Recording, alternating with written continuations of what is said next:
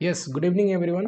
आप लोगों का कॉस्ट एंड मैनेजमेंट अकाउंटेंसी का पेपर हो गया। देखते हैं पेपर कैसा आया था। सबसे पहले तो आप लोगों को कमेंट बॉक्स में लिखना है कि आप लोगों को पेपर कैसा लगा।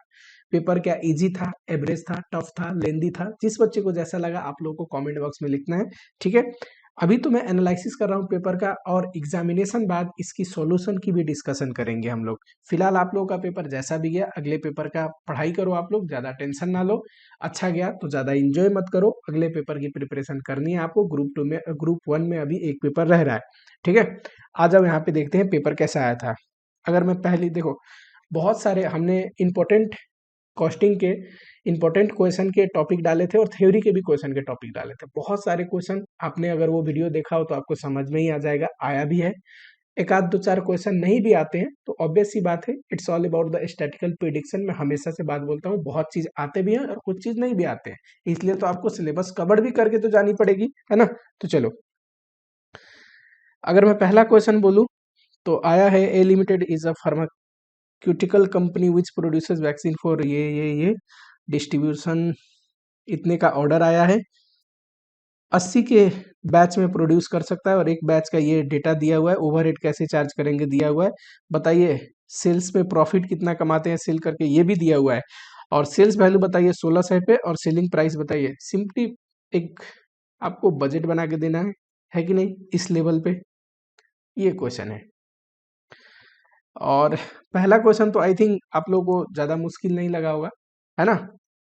दूसरा क्वेश्चन की अगर मैं बात करूँ तो दूसरा क्वेश्चन मुझे लगता है, हाँ, सर्विस कॉस्टिंग से आया हुआ है। ये क्वेश्चन थोड़ा यूनिक है तो सिंपल, पर देखा हुआ क्वेश्चन नहीं लग रहा होगा बुक में, क्योंकि इंस्टीट्यूट की जो मई 22 के मटेरियल है उसमें ये क्वेश्चन नहीं है। तो पहला क्वेश्चन, जो दूसरा क्वेश्चन वो है तो आसान क्वेश्चन, कोई मुश्किल क्वेश्चन नहीं है, छोटा सा क्वेश्चन पूछा हुआ है। अगर आपने अच्छे से किया हो तो अच्छा ही गया होगा। क्वेश्चन नंबर सी की बात करूं तो मटेरियल कॉस्टिंग से क्वेश्चन आया है, ईओक्यू पे आया है। मटेरियल कॉस्टिंग से मैं उम्मीद कर रहा था कि शायद इन्वेंट्री लेवल ज़्यादा इंपॉर्टेंट हो, बट कोई बात नहीं। ईओक्यू का जो क्वेश्चन है बड़ा ही सिंपल लेवल का क्वेश्चन है, रीऑर्डर लेवल निकालना है ईओक्यू। और कहता है इफ ईओक्यू का वैल्यू बताइए, if the value cost this much instead of this much. अगर वॉल्व का कॉस्ट प्राइस चेंज कर दिया जाए, इसके बराबर छोड़ के 4.5 लिया जाए, तब ईओक्यू कितना आएगा ये भी बताइए। ठीक है, एक साल में ये कंसीडर करना है ईयर, ये आपको ध्यान रखना है। अगला क्वेश्चन जो है, ये सिंपल क्वेश्चन है मार्जिनल का, और क्वेश्चन मुझे आसान दिख रहा है तो आप लोगों को भी आसानी लगा होगा मार्जिनल का क्वेश्चन। मटेरियल का क्वेश्चन, मार्जिनल का क्वेश्चन काफी इजी आया हुआ है, बजटरी का भी इजी है। और ये भी क्वेश्चन मुझे नहीं लगता बच्चों को ज्यादा मुश्किल लगा होता। ओवरऑल बोला जाए तो 1 नंबर क्वेश्चन ओके ओके था, बढ़िया था। 2 के ए नंबर में अगर मैं क्वेश्चन की बात करूं तो 2 के ए नंबर में अगर मैं क्वेश्चन की बात करूं तो क्या पूछा है, USP limited is a manufacturing of double grip motor vehicle. ये आपको डेटा दिया हुआ है। हाँ, पूछ रहा है मशीन और रेट निकालिए दो सिनेरियो में। ठीक है, और मशीन और रेट फॉर इंडिविजुअल जॉब भी निकालिए। पहले तो होल फॉर अ मंथ निकालिए और इंडिविजुअल जॉब का निकालो। देखो, मशीन आवर रेट आएगा, ये हमने डिस्कशन किया था उस वाले वीडियो में। ठीक है, मशीन आवर रेट से थोड़ा सा यूनिक क्वेश्चन आया है, बहुत सारे बच्चों को मे भी थोड़ा वहां पे दिक्कत भी लगा होगा, बट अच्छे से अगर आप पढ़ोगे तो क्वेश्चन मुझे नहीं लगता कि बहुत हार्ड आया है। ठीक, ओवरऑल अगर प्राइमा फेसिया देखा जाए तो मशीना और रेट से क्वेश्चन है 2 का ए नंबर। 2 की बी नंबर की बात करूं तो हाँ, लेबर में हमने क्या डिस्कस किया था कि labour cost and incentive scheme, ये दो चीज है। लेबर कॉस्ट में मुझे लग रहा था कि लेबर कॉस्ट निकलवा के प्रोडक्ट पे चार्ज करने का ये क्वेश्चन पूछे, या इंसेंटिव स्कीम को मैंने सेकंड प्रायोरिटी रखी थी। इंसेंटिव स्कीम से क्वेश्चन आया हुआ है लेबर कॉस्ट से, एंड इंसेंटिव स्कीम से देख के लग रहा है कि क्वेश्चन ठीक आया हुआ है। क्वेश्चन ये वाला आप लोगों को ज्यादा मुश्किल नहीं लगा होगा, ट्रिकी नहीं था। ठीक है, ऊपर का जो क्वेश्चन था वो ट्रिकी था, ये वाली क्वेश्चन आपको अच्छा गया होगा। अगला मैं बात करूं तो अगला जो क्वेश्चन है ये है एक्टिविटी बेस्ड कॉस्टिंग से। एंड एक्टिविटी बेस्ड कॉस्टिंग से हमेशा से आसान क्वेश्चन आता है, ठीक क्वेश्चन आता है। ऐसा क्वेश्चन आता है कि अगर जितने भी मार्क्स में आया है आप लोगों का अच्छा जाए। ठीक है, तो एक्टिविटी बेस्ड कॉस्टिंग का वैसे क्वेश्चन आया कितने मार्क्स में था, छोटा क्वेश्चन आसान क्वेश्चन है तो आया भी कम मार्क्स में। अगला अगर क्वेश्चन देखें, कॉन्ट्रैक्ट कॉस्टिंग का है। आपने उस वीडियो में देखा हो तो कॉन्ट्रैक्ट कॉस्टिंग में हमने एस्टिमेटेड प्रॉफिट मेथड की बात करी थी कि एस्टिमेटेड प्रॉफिट निकालने को आपको पूछेगा तो एस्टिमेटेड प्रॉफिट वाला देख के जाना है। एंड मस्ट प्रोबेबली मुझे लग भी रहा था और पूछा भी है एस्टिमेटेड प्रॉफिट पे, और एस्टिमेटेड प्रॉफिट पे तो ये बड़ा स्टैंडर्ड क्वेश्चन है जिसमें ये सारे प्रीपेड का, आउटस्टैंडिंग का, प्लांट का जो रिटर्न वाली इसमें वो दिया है कि नहीं। हाँ, प्लांट का एडजस्टमेंट तो है, पर इससे भी बढ़िया बढ़िया क्वेश्चन बुक में पड़े हुए एस्टिमेटेड प्रॉफिट पे, तो ये क्वेश्चन मुझे लगता है आप लोगों से अच्छा ही बना होगा। अगला देखो प्रोसेस कॉस्टिंग में।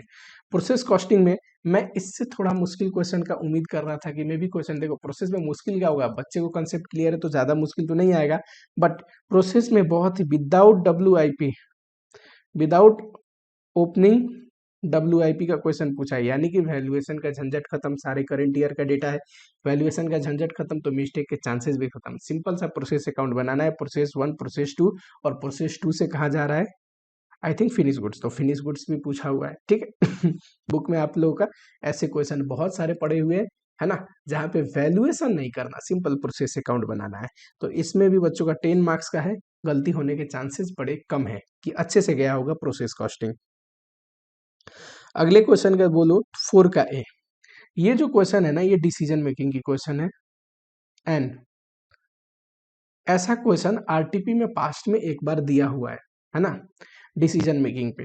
ऐसा क्वेश्चन जनरली पूछता नहीं था पहले, पर हाल ही में डिसीजन मेकिंग पे ओवरऑल अगर देखोगे ना, तो ये फाइनल में पहले मार्जिनल जब हम पढ़ते थे ना, तो मार्जिनल में इसको कवर करके पढ़ाते थे, मार्जिनल एंड CBP चैप्टर्स में इसको कवर करके पढ़ाते थे, तो डिसीजन मेकिंग पे क्वेश्चन है, एंड फाइनल में तो ऐसे क्वेश्चन बहुत बार पूछते हैं, है ना, पर डिसीजन मेकिंग पे यहाँ पे IPC लेवल पे कम क्वेश्चन आता है, IPC लेवल पे क्वेश्चन आता है फॉर्मूला बेस्ड, छोटा मोटा कॉन्सेप्ट बेस्ड, लेकिन ये क्वेश्चन आया हुआ है 10 मार्क्स में आया हुआ है, ये क्वेश्चन थोड़ा अच्छा क्वेश्चन था, हो सकता है बहुत सारे बच्चों को यहाँ पे मुश्किल भी लगा हो, ठीक है, तो मोटा मोटी इसको आप ये कंसिडर करो, यहाँ पे एक एजुम्सन दिया है, ये भी आपको ध्यान रखना है, ठीक है, तो डिसीजन मेकिंग पे क्वेश्चन है, और अगला जो क्वेश्चन है बी नंबर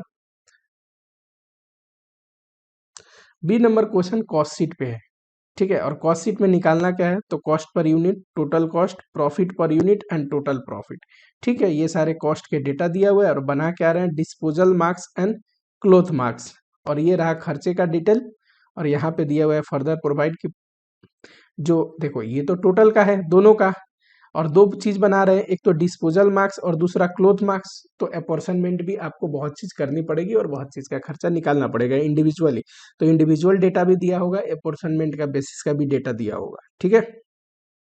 5 की ए में बात करूं, तो 5 की ए में स्टैंडर्ड से क्वेश्चन है, और स्टैंडर्ड से हमने पढ़ा था, तो मैंने आपको क्या बताया था, क्या देख के जाने के लिए स्टैंडर्ड से, मटेरियल प्राइस वेरिएंस, और मैंने बोला था मटेरियल प्राइस वेरिएंस का जब क्वेश्चन टिक करवाया था कि कौन सा क्वेश्चन आपको करना है, तो मैंने ऐसे टाइप का ही क्वेश्चन कराया था जिसमें 2 या 2 से ज्यादा मटेरियल हो, स्पेशली मैंने 2 का एग्जाम्पल लिया था, और कुछ मटेरियल लॉस हो रहा है, और उसके बाद आपको मिक्स वेरिएंस, मटेरियल का मिक्स वेरिएंस आपको, जहाँ पे material cost, price, usage, yield सब चीज निकालना हो, तो ये क्वेश्चन अगर आपने पढ़ के गए होंगे तो अच्छा गया होगा, ये क्वेश्चन उतना मुश्किल मुझे नहीं लगता, अगर कोई बच्चा मटेरियल प्राइस वेरिएंस देख के गया हो और मटेरियल प्राइस वेरिएंस से आया हो तो, है ना, मटेरियल वेरिएंस से। अगला क्वेश्चन ये है कॉस्ट अकाउंटिंग सिस्टम से, कॉस्ट अकाउंटिंग से मेरा होप था नॉन इंटीग्रल का लेजर, अगर आपको याद हो तो मैंने बोला था कि नॉन इंटीग्रल के लेजर को मैं फर्स्ट प्रायोरिटी पर रखता हूँ, उस लेजर को आपको देख के जाना है, लेकिन आपको आ गया रिकॉन्सिलेशन, है ना, और साथ ही में देखो मैं हमेशा ये बोलता हूँ कि चैप्टर में पढ़ना तो आपको सारा चीज है, लेकिन क्या लगता है कि कौन से चैप्टर से ज्यादा चीज, कौन से टॉपिक से पूछा जा सकता है, ये चीज की डिस्कशन और कुछ सैंपल क्वेश्चन हम लोग देखते हैं अपने इंपॉर्टेंट क्वेश्चन में, अगर कुछ बच्चे हैं जो ऑलरेडी मेरे वीडियो से जुड़े हुए हैं उनको ये बात पता होगी। अब रिकॉन्सिलेशन आया, तो रिकॉन्सिलेशन में भी अच्छा क्वेश्चन आया है, ठीक है, तो रिकॉन्सिलेशन में दिया हुआ है आपको फाइनेंशियल अकाउंट के अनुसार प्रॉफिट एडजस्टमेंट दिया हुआ है, ठीक है, और कॉस्ट अकाउंट के अनुसार आपको प्रॉफिट निकालना है रिकॉन्सिलेशन बना के, रिकॉन्सिलेशन स्टेटमेंट, ये क्वेश्चन बहुत अच्छा क्वेश्चन है, पर 5 मार्क्स में क्या करोगे, ऐसे क्वेश्चन 5 मार्क्स में ही आते हैं। अगला जो क्वेश्चन है ज्वाइंट एंड बाई प्रोडक्ट का, इसमें हमने यही बोला था, इसमें तो बताने लायक कुछ नहीं है कि ज्वाइंट कॉस्ट अपॉर्शनमेंट आपको देखनी पड़ेगी, एंड मैं बार बार बोल रहा हूँ, बाई प्रोडक्ट के साथ दो ज्वाइंट कॉस्ट, दो ज्वाइंट प्रोडक्ट और एक बाई प्रोडक्ट का क्वेश्चन देना चाहिए। बाई प्रोडक्ट के साथ क्वेश्चन तो दिया, पर सिंगल ज्वाइंट कॉस्ट के साथ दिया हुआ है, कोई बात नहीं, क्वेश्चन ठीक है। ये चैप्टर बच्चा पढ़ के गया होगा, तो मैं नहीं उम्मीद करता हूँ कि उसको मुश्किल लगा होगा। क्वेश्चन बहुत अच्छा आया हुआ है, इसमें कोई दिक्कत की बात नहीं है। 6 नंबर क्वेश्चन की बात करूँ, ए नंबर क्वेश्चन थोड़ा ट्रिकी था, जो बच्चों को थोड़ा मुश्किल लगा होगा, लेकिन बी सी डी ई, ठीक है, ये सारे क्वेश्चन मैंने एस्टिमेट किए थे। मैं हमेशा से आपको बोलता हूँ chapter number sorry, chapter number 1 से आपको 2 क्वेश्चन आएगा, और दोनों क्वेश्चन में कॉस्ट यूनिट भी मैंने इंपॉर्टेंट मार्क कराया था, टेक्निक्स, और साथ ही में बजटरी, इसको इंपॉर्टेंट लिस्ट में हमने रखा था कि बजटरी में से क्वेश्चन पूछ सकता है। यहाँ पे देखो और क्या पूछा है कि कौन सा whether to be shown in cost account and financial account, तो ये तो आराम से रिकॉन्सिलेशन, जिस बच्चे को पढ़ा हो कॉस्ट अकाउंटिंग सिस्टम में, तो वहां पे वो बच्चा इजीली ये बता सकता है, क्योंकि रिकॉन्सिलेशन के लिए भी आपको इतना कॉन्सेप्ट पता होनी चाहिए, कौन सा कॉस्ट अकाउंटिंग में जाएगा, कौन से कॉस्ट अकाउंटिंग में नहीं, सिर्फ फाइनेंशियल में जाएगा, है कि नहीं। साथ ही में एक्टिविटी बेस्ड कॉस्टिंग में पूछ रहा है आपको कॉस्ट ड्राइवर, ये भी आप लोगों को आसानी से बन गया होगा। क्यों? एक्टिविटी बेस्ड कॉस्टिंग का क्वेश्चन बनाने से पहले आप तो कॉस्ट ड्राइवर रिवाइज करते होगे कि कौन से एक्टिविटी का कॉस्ट किस ड्राइवर से हम बांटते हैं, तो ये क्वेश्चन भी अच्छा होगा। पर बच्चों को दिक्कत लगा होगा इस क्वेश्चन में, सिस्टम ऑफ इन्वेंट्री मैनेजमेंट, जिसको डिमांड पुल बोलते हैं, और pull through system of production, explain two principle on which system is best. इसको आराम से आप बोल सकते हो just in time. Just in time system को डिमांड पुल या पुल थ्रू, एक पुल मेथड होता है इन्वेंट्री मैनेजमेंट का, एक पुश मेथड, ये पुल मेथड है जस्ट इन टाइम सिस्टम, जहां पे कस्टमर के ऑर्डर, कस्टमर के डिमांड आने के बाद उसके अनुसार हम प्रोडक्शन करते हैं, और जितना प्रोडक्शन करना होता है उसी के अनुसार हम रॉ मटेरियल का इन्वेंट्री मंगाते हैं, है कि नहीं। और जो दो बातें मैंने अभी बताई उसी बेसिस पे तो ये प्रिंसिपल टिका हुआ है, तो जस्ट इन टाइम का मीनिंग लिखना है और ये दो प्रिंसिपल लिखना है। अगर आपने थ्योरी का रिवीजन लेक्चर देखा हो, मैंने बार बार बोला था आप थ्योरी का रिवीजन लेक्चर देख के जाना, 2 घंटे का है, थोड़ा फास्ट में करके देख के जाओगे तो 1 घंटे या 1 घंटे 20 मिनट में हो जाएगा।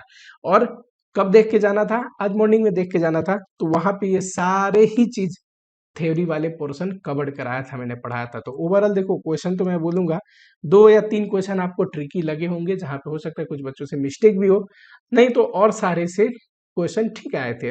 बहुत मुश्किल क्वेश्चन नहीं बोलोगे इसको, ठीक। हाँ, लेंदी लगा कि नहीं आपको क्वेश्चन, ये आपको कमेंट बॉक्स में लिखना है। चैनल को सब्सक्राइब कर लो, मिलते हैं आप लोगों से ऐसे ही कोई अगली मजेदार वीडियो में।